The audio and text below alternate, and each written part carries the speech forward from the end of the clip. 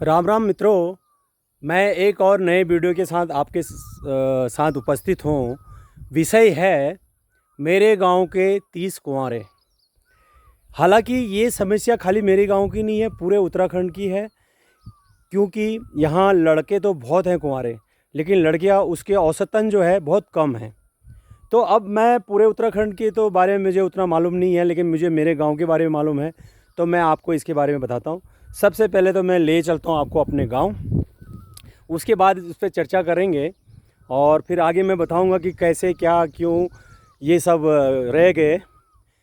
तो मेरा गांव, काफ़ी बार मैं आपको इस गांव के बारे में गांव के बारे में आपको नाम बता चुका हूं। तो मेरे गांव का नाम है खदरा गांव। तो खदरा गांव तो आप देख ही रहे होंगे, सारी चोटियां ऊंची है और अपना नीचे, तो इसके लिए खदरा गांव पहले फर्स्ट ऑफ ऑल तो ये है। दूसरी बात ये है कि जो विषय मैंने उठाया है ना, मेरे गांव की जो फैमिली है, 40 फैमिली लगभग यहाँ रहती हैं। रहती 30 है, लेकिन 40 आप पकड़ के चलो, आना जाना उनका गांव में बना रहता है।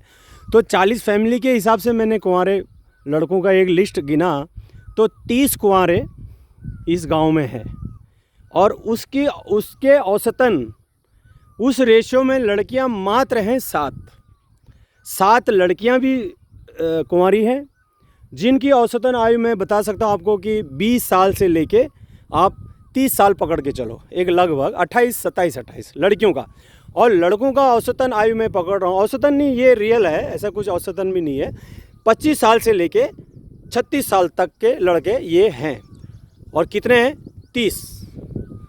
30 लड़के कुंवारे हैं और लड़कियां हैं मात्र 7। तो आप सोचो कि अगर ऐसा ही सारे गाँव का या उत्तराखंड के पहाड़ी एरिया का अगर यही औसत रहा तो क्या कितने लड़कों की शादी हो पाएगी? मुझे तो लगता है आधे से ज़्यादा कुंवारे रह जाएंगे।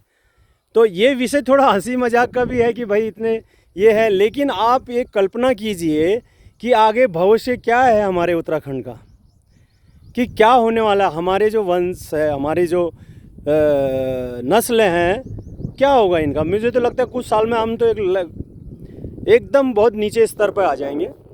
तो इसके बारे में लोगों को विचार करना चाहिए, क्या हो सकता है विचार। तो सबसे पहले तो बेटियों को जन्म दो, ज़्यादा बेटियां पैदा करो। सरकार को भी उनको प्रोत्साहन करना चाहिए कि आने वाले 20-30 साल में जो है इनका रेशियो सुधरे। और जो उत्तराखंड की समस्या, देखो उत्तराखंड में अगर पहाड़ नहीं है ना, तो उत्तराखंड देवभूमि भी नहीं है और वो उत्तराखंड भी नहीं है। मात्र 3 ज़िले को हम उत्तराखंड नहीं बोल सकते, उधम सिंह नगर, हरिद्वार और देहरादून, इनकी पहचान नहीं है। असली उत्तराखंड जो है, देवभूमि जो उत्तराखंड है, वो बाकी के 10 ज़िले हैं। क्या आप लोग इस बात से सहमत हैं? तो आप कमेंट में हाँ कीजिए। और मैं जो विषय उठा रहा हूँ, क्या गवर्नमेंट को भी इसके पीछे सीरियस नहीं होना चाहिए?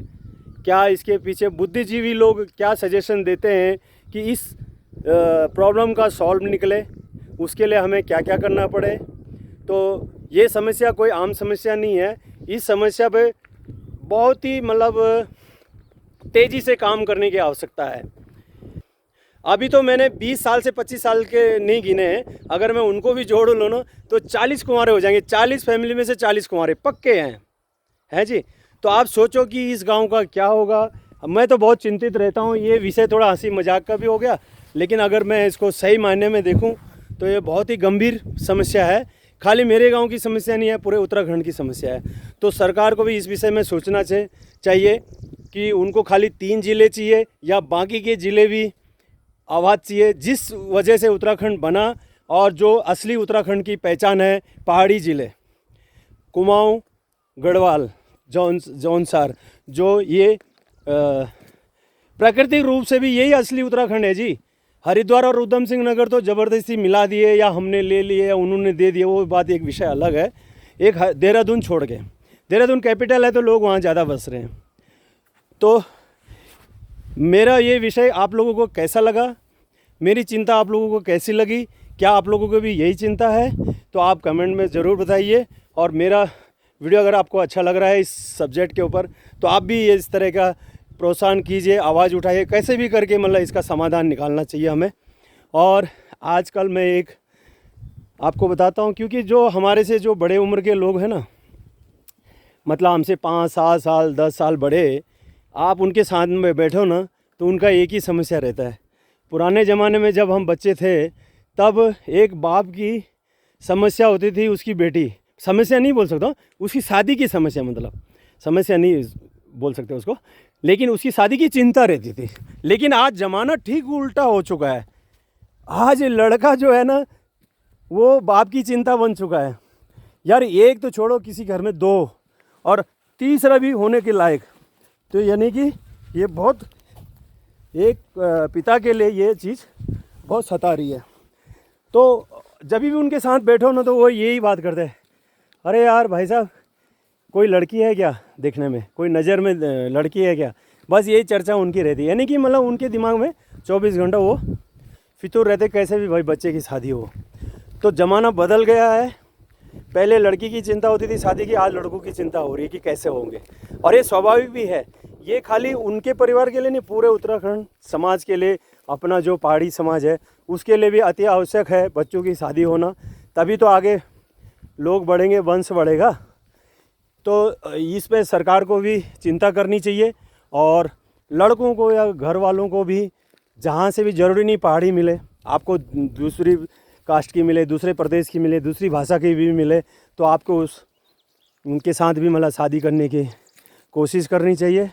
और इस तरह से चिंता मेरे ख्याल से दूर हो सकती है। तो दोस्तों मैं वीडियो समापन करने जा रहा हूँ, और ये चिंता आपको मेरी कैसी लगी, और इस विषय में शायद सभी चिंतित होंगे, तो आप कमेंट में ज़रूर बताना। जय हिंद, जय श्री राम।